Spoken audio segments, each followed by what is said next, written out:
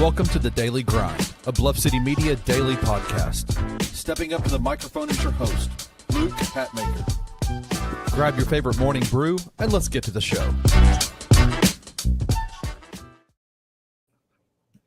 Oh, I guess that's why they call it love blues. Like children, living that love under the cover, under the cover. All right, I'm done. Welcome to the Daily Grind. I am your host, not Elton John, although if he's a fan, brother, come hang out. You think you might enjoy the show? You're a little weird like me. I'm your host, Luke Hatmaker. It is Monday. Starting our week off right with Rusty. How are you, brother? I'm good, man. It is a beautiful Monday here in East Memphis. I am a little bit frustrated, Luke. I sent my hearing aid off to get repaired about 3 weeks ago. Haven't heard anything since. Welcome to the Daily Grind. Concise, doesn't require much explaining. That's why you're number one. Because of that. Wayno, the reason the hair is up because I'm going to the DMV later. We'll talk about that in a minute. Let's just jump right into it, brother. We started a little early today because we're going to try to be quick with this. We're going to talk over-unders. Memphis Grizzlies over-under specifically because we are a Grizzlies show. They have announced the schedule was released on Thursday. The over-under has been set. And head on over to FanDuel, y'all, if you want to keep track of this. This is where they have the over-unders at 40.5 wins. This is interesting. One, you are the person who you were always I believe you showed me that graphic that's like teams that win more over what they're projected. So obviously, I would always say to hammer the over. However, this seems, and good Lord, the title of this show could be just called Disrespect the Memphis Grizzlies based on what we talk about. Is this disrespect of the Memphis Grizzlies, or is this more respect for the rest of the Western Conference?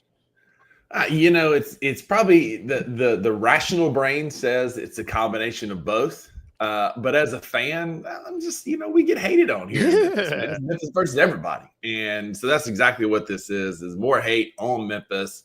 But yeah, we are the second.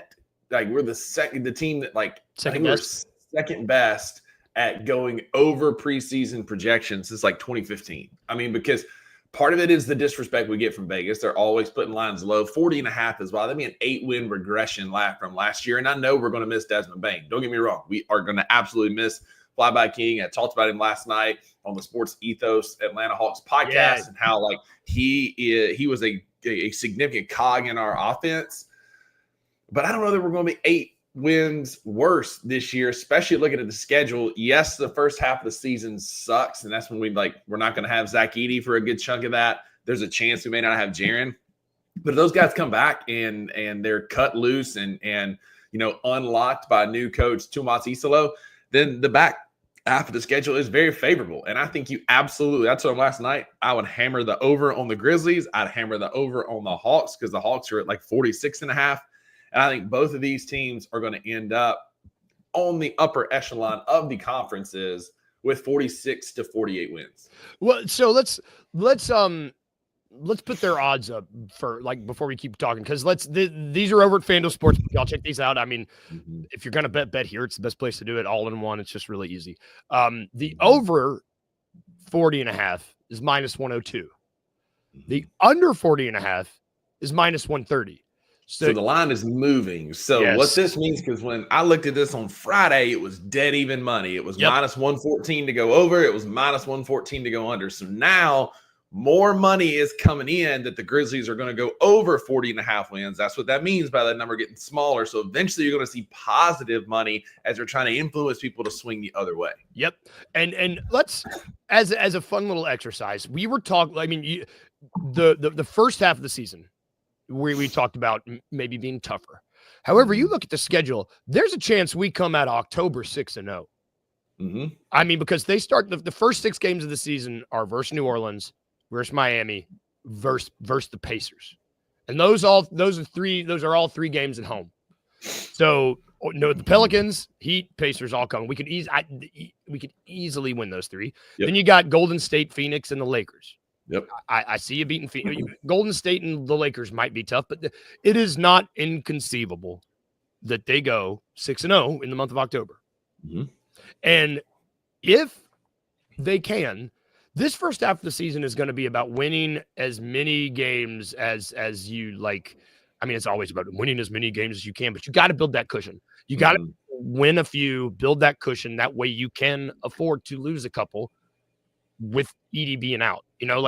Clean up and win these 6 games, because then you're looking at Jesus. Then you got Toronto, Detroit, Houston, Dallas, OKC, New York. So it's like your next 5 or 6 games is like you might go 7-0 and then you might lose your next 6. You could. There is a universe where that happens.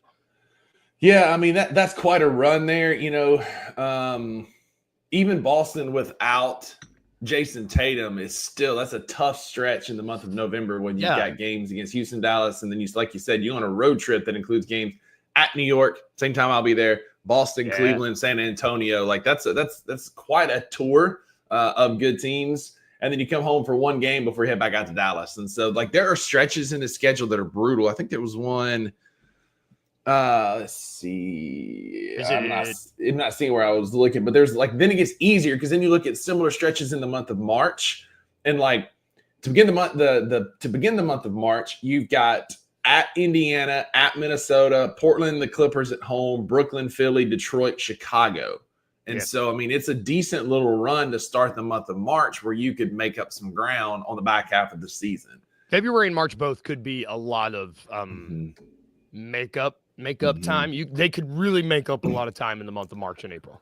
Yeah, and the biggest thing is we have 14 back-to-backs, which is the third most in NBA behind the teams that have 16 and 15. We have 14. Our longest road trip's on like 6 or 7 games. There's one stretch we put like 7 out of 11 on the road. But like we're never that far away from or gone from Memphis all that long. Yeah. I mean, it feels, I don't know. It feels like more than 40. It feels like more than 40, at least 41 wins. I mean, you have 41 and 41, right? Like you're 500. Yeah. And I think this is a better basketball team than a 500 basketball team. I agree. And I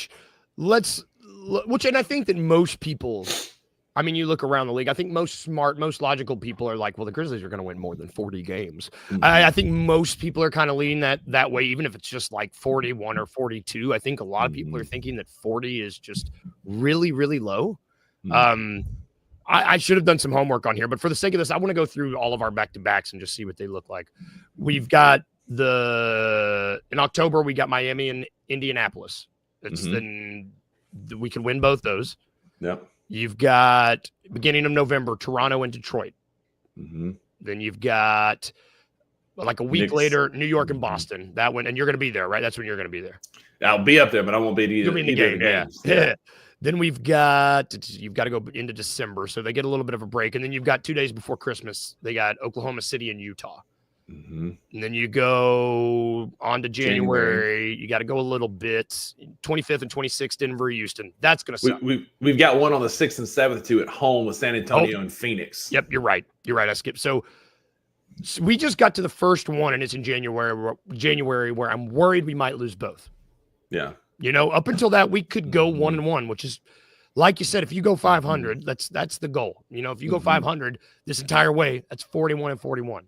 Yeah. Who are the rest of these back-to-backs? Then you've got Portland twice. Ooh, that'll be fun. Mm-hmm. I like Portland. And then you've got Utah, Miami. Should be easy. Then you've got Minnesota, Portland.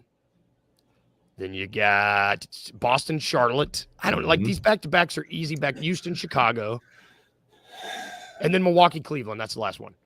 Yeah, some of those later ones though, like that Detroit, Chicago, and that could be tough. The second one feels like a scheduled loss, right? Because it's not a team that like you're really going to give a crap about. Like you might rest some guys on the back to back. Like you may try and go get, you might try and go get the better team and then rest on the back half, or maybe vice versa. So, like again, it's a very favorable schedule. You only have the Lakers, Golden State, and Utah coming to Memphis one time.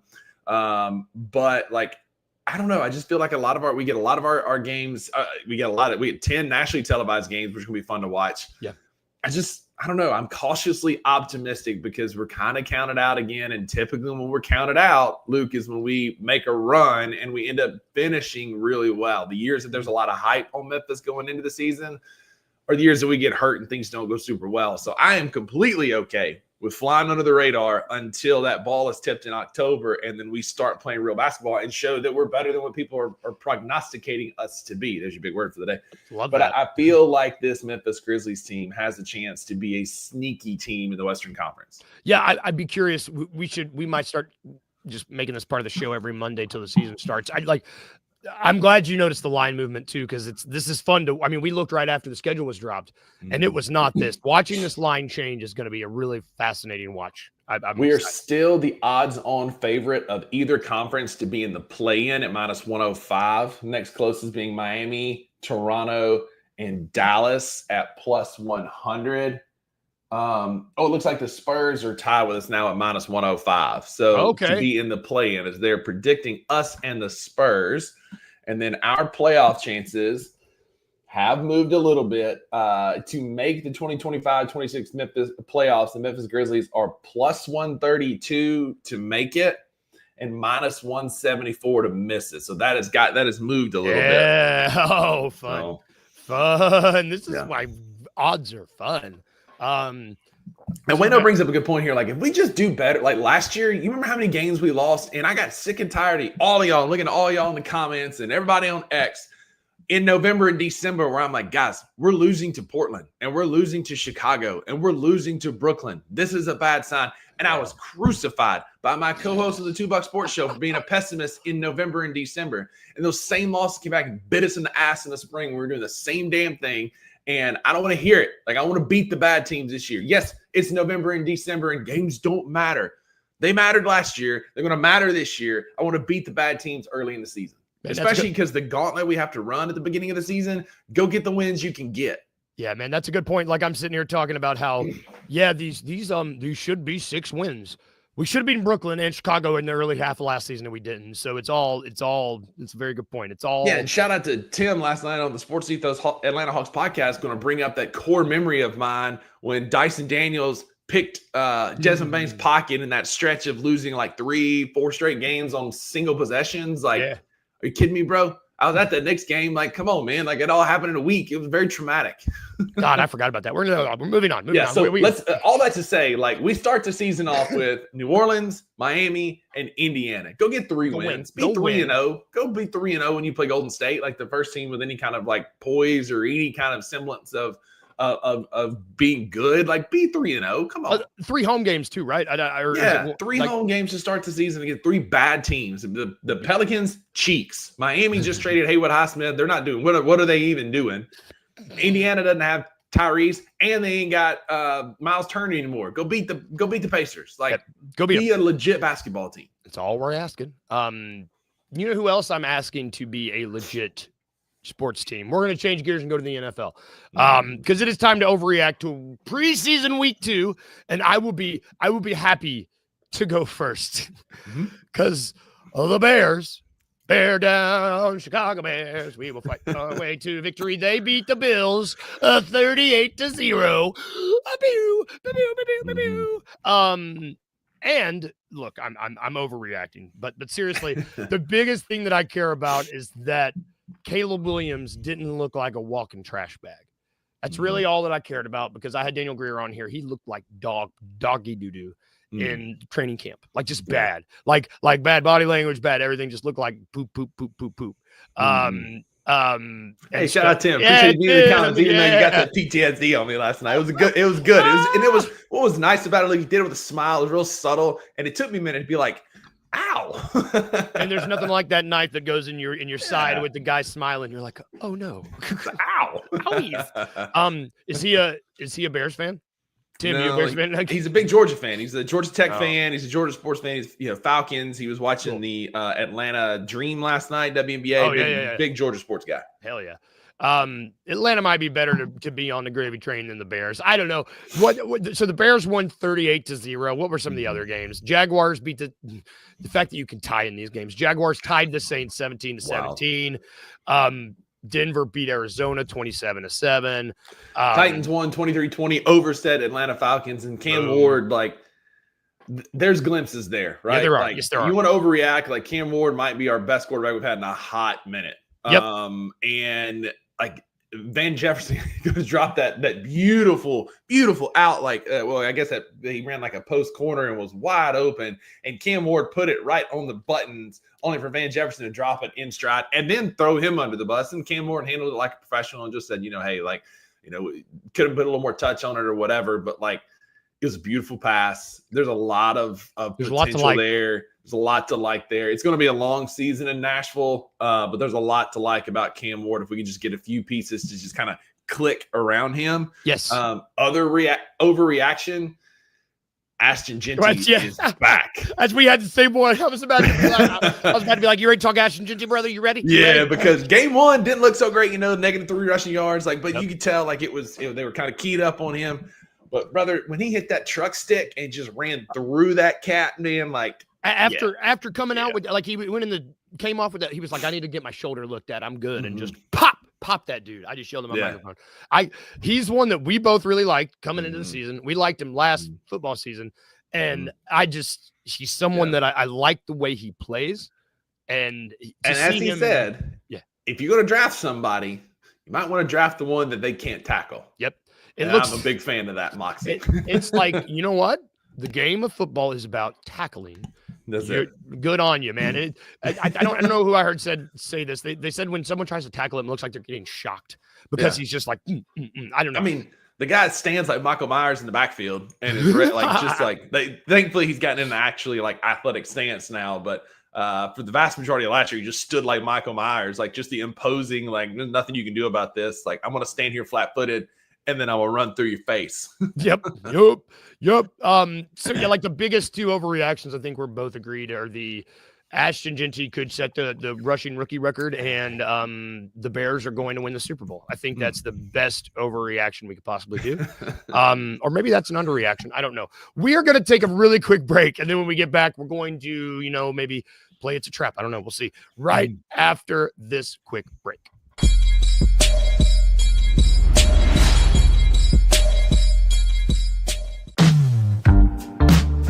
Choking and token. The Mid-South's first cannabis-themed jiu-jitsu tournament. August 16th at Midtown Krav Maga and Jiu-Jitsu. At 1 p.m. 21 plus to compete or consume. Consumption not required. Ounce of Hope is licensed by the state of Tennessee. This is all 100% legal hemp products. Everything's good to go. We'll have gi divisions. No gi divisions. Madison bracket, guaranteeing 4 matches per division, plus an absolute winner. Each fighter receives an Ounce of Hope gift bag, and there's prizes for every winner. Check out the link below to sign up.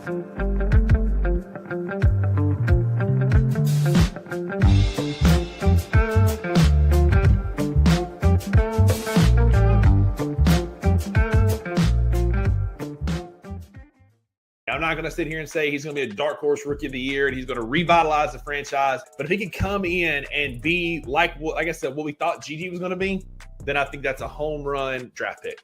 I think that Coward's role, given the draft equity that you gave up and the position in which you took him, that they want him to be a starter. Sure. And if they want him to be a starter, and I think they do, like I said, draft capital and all, then I want them to feel like he is capable of starting this season. I want him to do everything else other than need to have the ball. So finish the shot late in the shot clock, look good in the corner, get to your mid-range late in shot clock if it's there, but rebound, defend, just be a high floor player. That's what I want him to be. Maybe he pairs alongside Ja really well as a kickout option, but just find your niche on this team, much like Jalen Wells. Tune in to the $2 Sports Show with Rusty Witten and Drew Gann, Monday through Friday at 11 a.m., only on the Bluff City Media YouTube channel.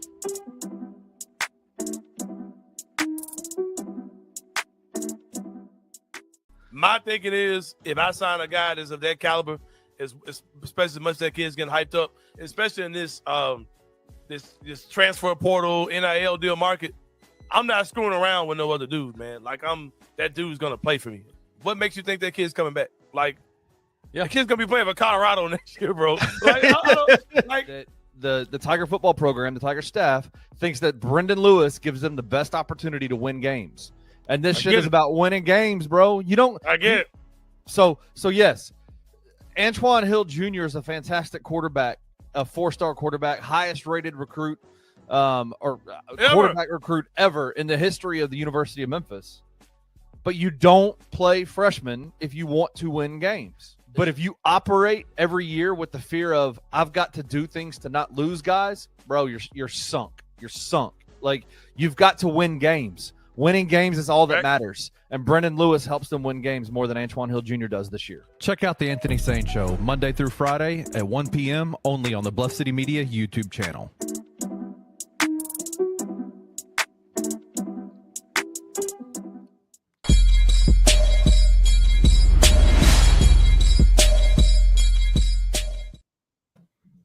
And we are back. Shout out, y'all. Real quick, this past weekend, Ounce of Hope sponsored Chokin' and Token. Yeah. It was Memphis's first ever cannabis-inspired, cannabis-themed Krav Maga Jiu-Jitsu tournament at Midtown Krav Maga. It was awesome. Rusty and I were there. It was great. These dudes are intense, y'all. Like, Maggie was more raring than me. I was in the background with my arms crossed, like, why are they so violent? Why I kept hearing Luke say, I'm a pacifist. Man, these dudes, and they were just going and going and going. I thought it was round robin. They had 8 matches, some of them. It was very impressive. These guys were great. Ounce of Hope was great. It was awesome. Be on the lookout for a promo video, a highlight reel that Kenny's going to put together. I got a lot of great footage. It was an awesome time watching those guys compete. Like, I was tired watching them. Like, we were all just like, they need an ounce of hope to get through this. That's for sure. Yep. Maggie said somebody needs to get them a seltzer. It was rough. Like, I was winded watching these guys roll around, but it was super impressive watching the athleticism that was on display. Both male and female competitors were just like, any one of them could tie me in a knot before I even knew that the match had started.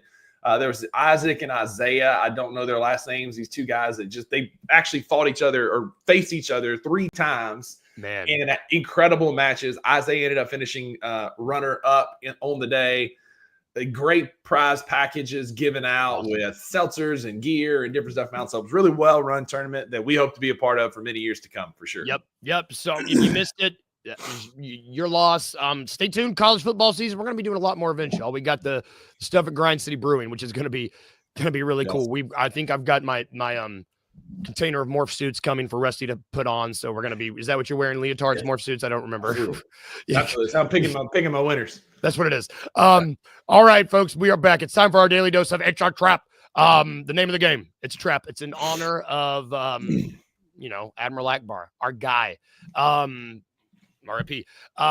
Sponsored by FanDuel. What I'm going to do is give our guest, our contestant, a series of 3 bets, 3 wagers, 3 odds. He just has to tell me which one is a trap. He doesn't have to guess which one is, and he doesn't have to tell me. We'll briefly talk about them. It's going to be about a topic of my choosing. Today, we are going to be talking. You might be thinking, oh, Luke, we talked about preseason. Are we going to talk Bears Super Bowl odds? That sounds fun. No, we're talking Heisman Trophy winner odds. No. All right. No, we are not, because those odds, you don't want to talk about those because they're not misprinted. It's actually a bajillion. But anyway, let's talk about the Heisman Trophy. All right. So, which one of these is a trap? Is it as follows? A. I'm probably going to mispronounce his last name, by the way. I don't watch Clemson. Cade Klubnik. Very close. Klubnik. I was like that. Klubnik. Yeah. I don't watch ACC. Plus 700. Okay. Is it B, Garrett Nussmeier, plus 900? Or is it C, Lenoris Sellers, plus 1,700? Again, A, Cade Klubnik, plus 700. B, Garrett Nussmeier, plus 900. B, C, Lenoris Sellers, plus 1,700. If I'm not mistaken, I think I looked at it last week, and unless the line moved, and I may be wrong, I think Nussmeier is a trap. Oh, did I get it? You got it wrong. You got it wrong. I got you. Oh, I thought he was the favorite. Nope. So now So this line, the reason I got you is because this line be moving like crazy. Right now, Cade it's Arch. Yep. Arch is plus Forgot about 700. Arch. Cade is plus 900. Him and Garrett Nussmeier have the exact same odds. Well done. That's why I got well you. done. I trapped you. Mhm. Lenore Sellers, USC. Which we'll talk. I'm excited. I might just keep getting you week after week with these. But all this to say, you do not have to worry, my friend, because Uncle Buck ducked you this morning. I was really you're still firmly. Yeah, I mean 4-2. Like this is not easy. The old one was easy. Whole different ball game than this one. Well played, sir. I forgot Arch Manning was the odds on favorite. I tried on this one. I was like, I could do Bears Super Bowl odds. That's not fun for anybody. Before we get out of here, brother, we're gonna do Mondays because they're for lasagna. That's what we do around here. For those of you who are new to the show, on Mondays we talk about. Because Garfield loves lasagna and he hates Mondays, we think it's important to talk about the good and the bad from the weekend because you can't really appreciate one without the other. I'm going to cheat a little. I don't have a diddly squat darn thing bad to say about this weekend. Had a great weekend. I got to see Rusty and Maggie. I got to see my grandmary and Aunt Terry, although it took a little longer than I would have liked. I still got to see them. I got to watch a movie with Kyla yesterday, a new movie I hadn't seen. I'm going to talk about it on Tube Tuesdays. I got to read a new book. I didn't finish it, but I read it. My Monday is actually happening today. It's Monday because I'm going to the DMV as soon as we're done. And I'm planning on I got to get my real ID because I'm an idiot and I got to fly soon and I'm going to be there. I'll be there from 9 to 9 probably. I don't know. That's my Monday is the DMV. How about you? Yeah, that's a bummer. It was a great weekend. Definitely lasagna seeing you coming down, Ounce of Hope and all, such a great event on Saturday. It was a ton of fun watching those guys compete. Any excuse to be able to go eat at the Mad Grocer is definitely a win for me too, because I had lunch there before the event. So it was great. It was great, to have lunch there. Monday, man, I didn't sleep super great this weekend. My sleep got interrupted a couple nights. And then last night, I woke up for the second straight night at 3:30 in the morning and just could not go back to sleep. And then finally felt back. It's like I saw it's 3:30. I saw 4:35. And finally, I think I dozed off and then my alarm goes off at 6:15. It's just one of those, your mind is just running. You can't shut it down. And I got frustrated and then you're definitely not going to sleep. So I've been super sleepy the last couple nights and hopefully tonight is the night we finally just crash and I get some solid sleep. Two things. You just described the worst type of sleep in the world. When you wake up at 3:30 and you can't go back to bed and you get up at 6:30 and you just know you're going to toss and turn for 2 hours, 2.5 hours. It's the worst. I just I ended up just laying there like this. It's just like you're in a coffin. Can I just get some sleep? That, and then also, man, our parents were right. There is nothing that changed my life more than having a good sleep schedule. And normally I sleep well, and that's what's so frustrating when I don't sleep well. And I think I was just so tired last night that I think I fell asleep really hard and slept really deep from 9:30 to 3:30, and then my body just woke up because I'd slept so hard. I was almost too tired. You know what I mean? Well, and this heat advisory is just awful. Lord help. Yeah. Lord hell. You just sounded like you turned into your grandpa, really, just your papa. You turned into your papa on that. I did. We're going to get out of here on that note. Rusty's papa just came in here with us. That's going to do it for our show today, y'all. Thank you guys for hanging out. Yeah, get you a seltzer tonight, Rusty. That's what Kenny's telling you in the comments. We'll get one in 30 milligrams and just house it right before bed. Yeah. I heard what that did to Kenny. That's going to get us out of here, y'all. Full slate of shows for you today. We got $2 at 11. We got Sane at 1. So check it all out. You're not going to want to miss any of that. We will be back tomorrow. But yeah, have a great Monday. Be cool. Both cool and stay cool because it's 90. It's gonna be hot outside. If we can leave you with anything today, anything at all like we normally do, remember these two little things. Remember, 1, to be a little bit weird, just a little bit, and 2, remember to smile. Yeah, nice and big. See y'all. See you tomorrow. Have a great day. Thank you for listening to The Daily Grind. If you enjoyed this episode, leave a rating and a review wherever you download your podcasts. Also, like and subscribe to Bluff City Media's YouTube page. We'll see you back here next time.